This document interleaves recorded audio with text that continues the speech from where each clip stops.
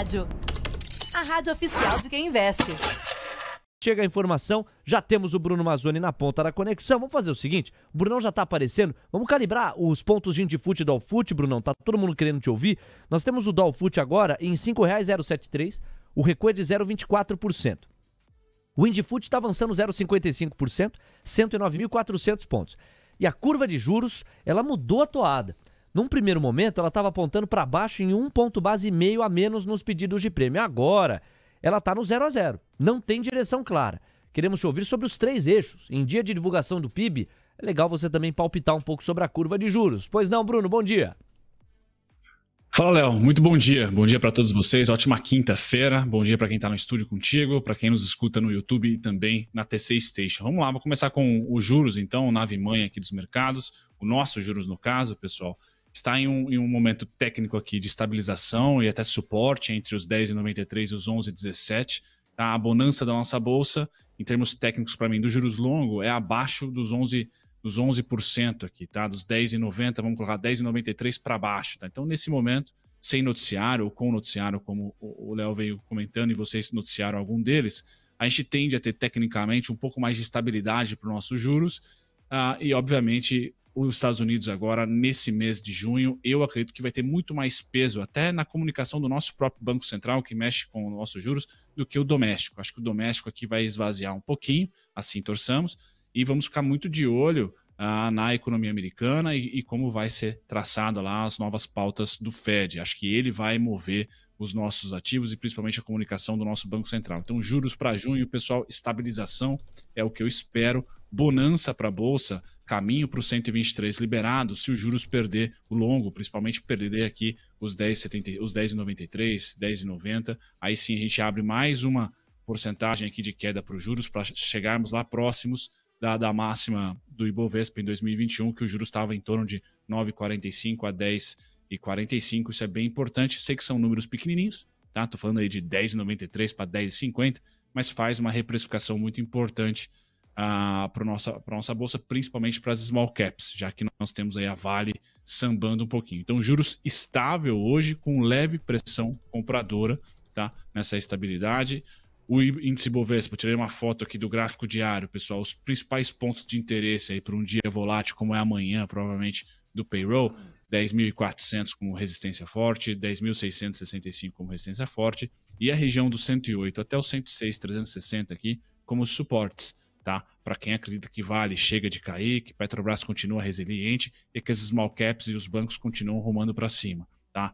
São duas narrativas bem opostas aí, mas que tem bastante gente já apostando. Então você tem que tirar aqui ou venda como máxima do trimestre ou de repente um pullback importante a partir do 108. Não vejo quinta-feira nessa abertura de hoje representando para a gente uma ótima compra para, por exemplo, swing trade, né? Para ser mínima do contrato, por exemplo, ou mínima do mês. Não, hoje é um dia bem morno, abertura que tem resistência em 110,15, tá? Depois do 110,400. E o 110,665. Continua ali sendo esses 2 pontos de resistência, mais o VWAP no intraday aqui que está em torno dos 110,15, 109,995, certo?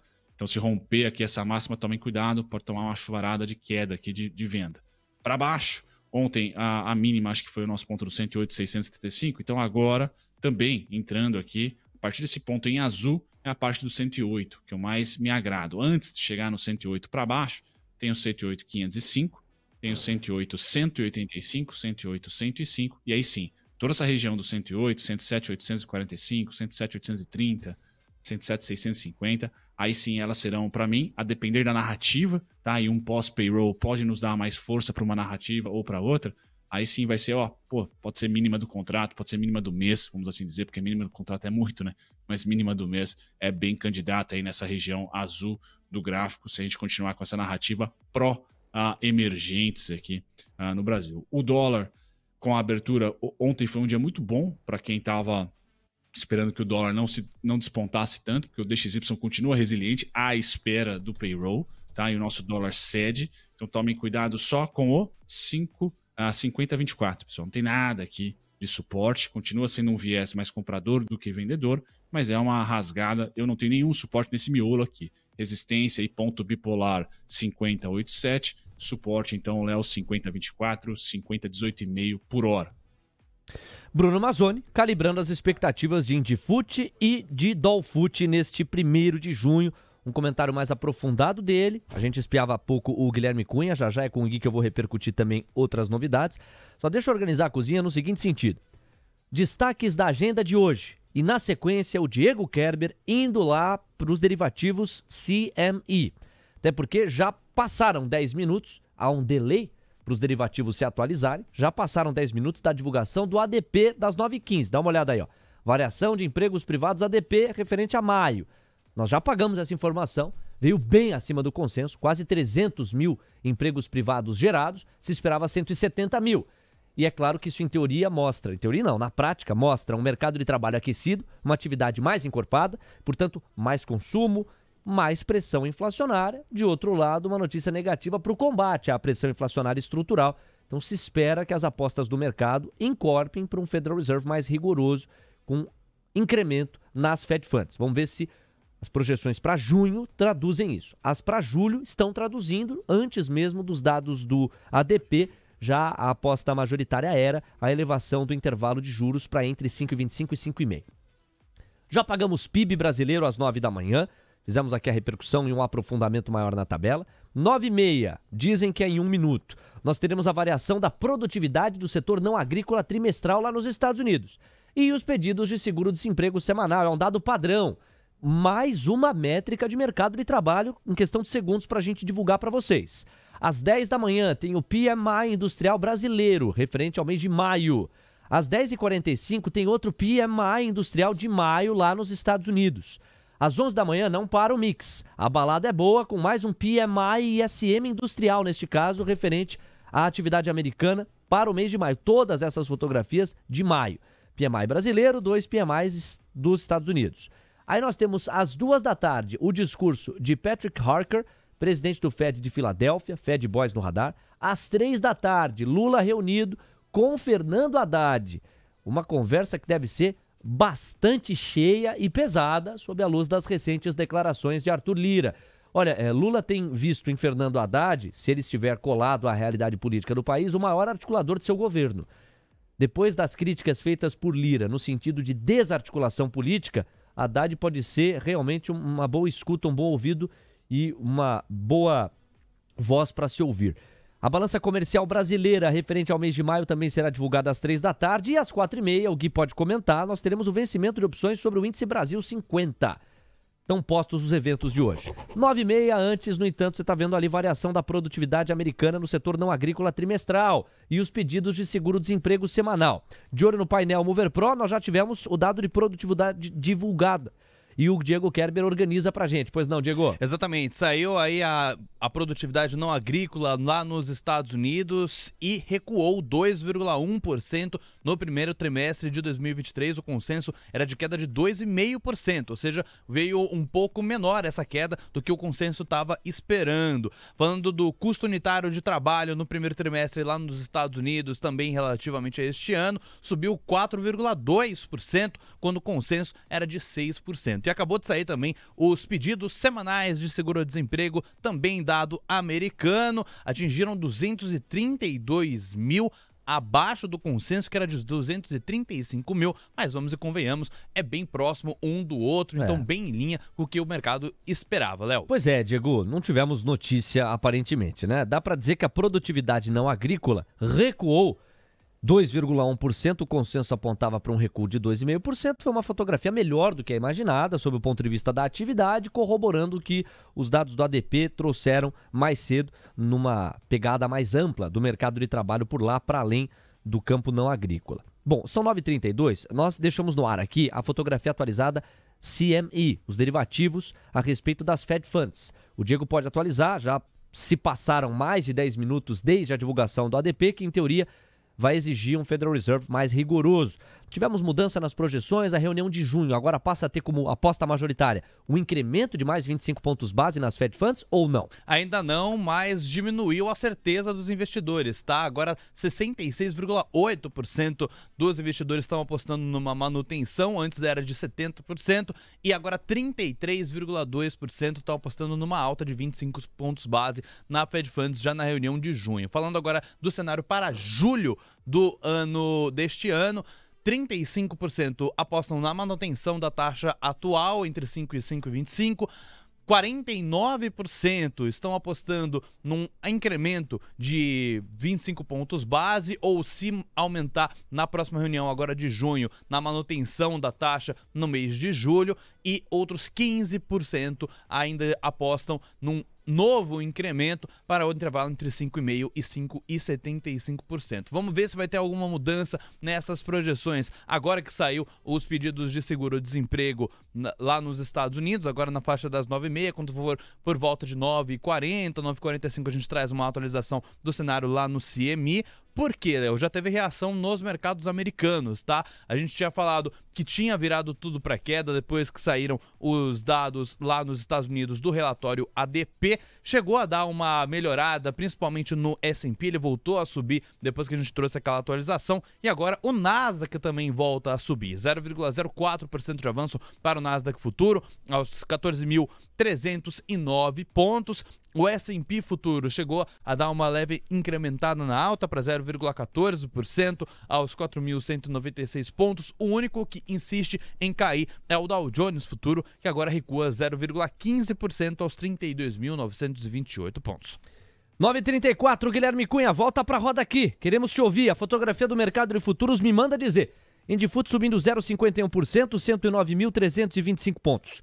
Dólar futuro caindo 0,40, R$ 5,065. Olha a mínima intradiária para o Indifut aí, 109.305 pontos, agora 109.270. Curva de juros voltou a encontrar direção baixista numa só toada em todos os contratos, com uma queda média de 1 ponto base e meio. Tá dinâmico, é muito dado, é muita informação, é a melhor cobertura do mercado financeiro. Alô Gui, queremos te ouvir. É sobre isso, Leozinho. A agenda lotada faz essas grandes oscilações, mas contemplando cada vez mais o nosso cronograma, né? Hoje pela manhã escrevi, inclusive, né? Estamos de volta, porque o mercado começa agora a ser mais racional. Racional com os dados que vem favorecendo, primeiramente, a venda do dólar, né? Estamos muito mais próximo da mínima do que de qualquer outro tipo de movimento. E o Bruno contemplando ali os pontos traz com que nós não temos algumas travas para a queda, né? Então, por mais que o dólar fique fortalecido mundo afora e o DXY tomou uma paulada com os dados, a gente pode voltar lá para o 5,038, 5,024. Esse é o grande cenário para o dólar. Uma alta e retestar lá o ajuste diário é normal, tá, pessoal? Então, nesse curto espaço de tempo, obter uma volatilidade e voltar naqueles patamares a respeito do ajuste diário é convencional para depois trazer uma movimentação mais vendedora.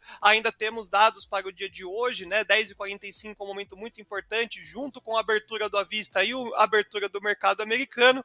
A curva de juros é a grande sacada de mestre, também para que nós estejamos acompanhando os ativos de risco que são contemplados, como o Bruno falou, small caps, cada vez mais de olho na ETF Small 11 ou Trig 11, que pode ser uma situação muito relevante para o segundo semestre. Não é trade, né? Mas para organizar esse macro de curva de juros para baixo, aonde a gente acredita que vai dar mais uma paulada, são nessas ETFs. Então, para o dia de hoje, Léo, tá meio que desenhado, a gente só precisa agora, de fato, contemplar a abertura do mercado à vista. Dia bem positivo, começamos junho com o pé direito. 9h36, vamos dispensar nesse primeiro momento o nosso Bruno Mazzoni, ele faz o destaque final dele, já volta no mercado à vista, mas ele se despede desta faixa falando sobre os gráficos da terra do Tio Sam e falando sobre commodities. Muita gente também querendo te ouvir, em especial sobre minério de ferro, e deve preparar uma abertura positiva para Vale. Você pode dar uma pitacada nisso também, pois não, Brunão? Vamos lá, Léo. O minério de ferro tá um doce, né? O que tá bem amargo é o petróleo, mas vamos lá. Vamos começar com o DXY, pessoal. Então, pré-payroll, ele deve ficar aqui cozinhando no chapeuzinho. tá? Então, todos os operadores de dólar, Gui Futebol Clube aí, tem que ficar de olho nesse cara, principalmente amanhã. Ele vai ditar aqui quem vai fechar a simetria, se é o nosso dólar chegando lá no 5,20, 5,20 e pouquinho, ou se é o DXY rompendo aqui o 103,900 para baixo, depois de um payroll fraco. Há necessidade de ter payroll fraco, dados econômicos, PMIs diversos aí também podem ajudar bastante. Então, não só o payroll amanhã, mas hoje também sempre dados econômicos fracos vão fazer esse cara aqui vir para baixo. Bem importante para manter o nosso dolinho aí quieto, abaixo, por exemplo, dos 50,24. Então, o DXY hoje morno. Vamos ver se os PMIs bagunçam ele, mas principalmente payroll amanhã devem entregar para esse cara ou a continuidade da queda ou a reversão de queda para lateralização. Não para reversão de tendência de alta, pessoal. Só para lateralização até lá os 106, 107 no máximo, os 108 mil pontos aí para o DXY. Quieto nesse momento. Curva de juros americana vai na frente. Então o yield de 10 anos aqui, ele já começa a precificar um pouco mais de, entre aspas, recessão, fraqueza econômica. Então esse cara aqui vai peitando o Fed, vai colocando para baixo, aí o yield de 10 anos cai na semana, cai bem. Região de resistência técnica, mas a narrativa aí por hora pré-dados econômicos e payroll tá mais pro lado aí de recessão, de fragilidade econômica, de feriado Memorial Day fraco e etc. Consumo também pode cair. Então, a curva de juros americana, pessoal, tá na frente. Tá? Se ela vai ser a frustrada, não sabemos. DXY quieto, estável, curva de juros caindo. Tá? Quando a gente olha para o S&P, ele que tende a seguir mais ou menos a curva de juros mais do que o dolinha, tá fechando, tem hoje e o pregão de amanhã que são decisivos para a semana, mas até esse momento, mais queda do que compra.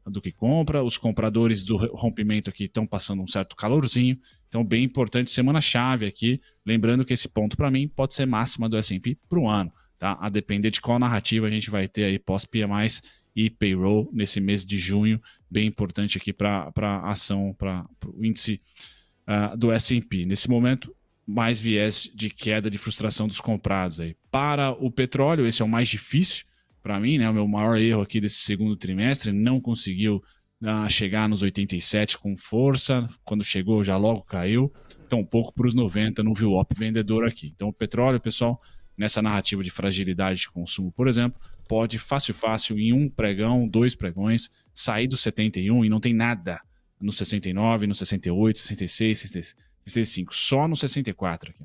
Então essa enxugada do petróleo aqui vai trazer bastante turbulência para os emergentes, tá? Então de olho aí no DXY versus o dólar, no DXY versus o ouro também pode ser interessante, mas o petróleo está na derradeira aí, não era cenário base, então o Brunão está próximo de estopar aqui, 71,11, 71,34, não é cenário base meu, não era cenário base meu de rompimento nem em maio, nem em junho. Talvez na segunda quinzena de julho ele possa, pós-verão americano aí, cortar para baixo do 71, mas não era cenário meu, queda para o petróleo. Já o minério de ferro está mais tranquilo, né? Então o 139 foi máxima do ano até esse momento, ponto nosso, tranquilo, e a queda começava a parar nos 95, os 97, tá? Até os 94, 88 e 15 e no máximo 85 e 90. Então são as duas regiões que tem uns certinhos aqui em amarelo, que eu considero que o minério vai ter um rally.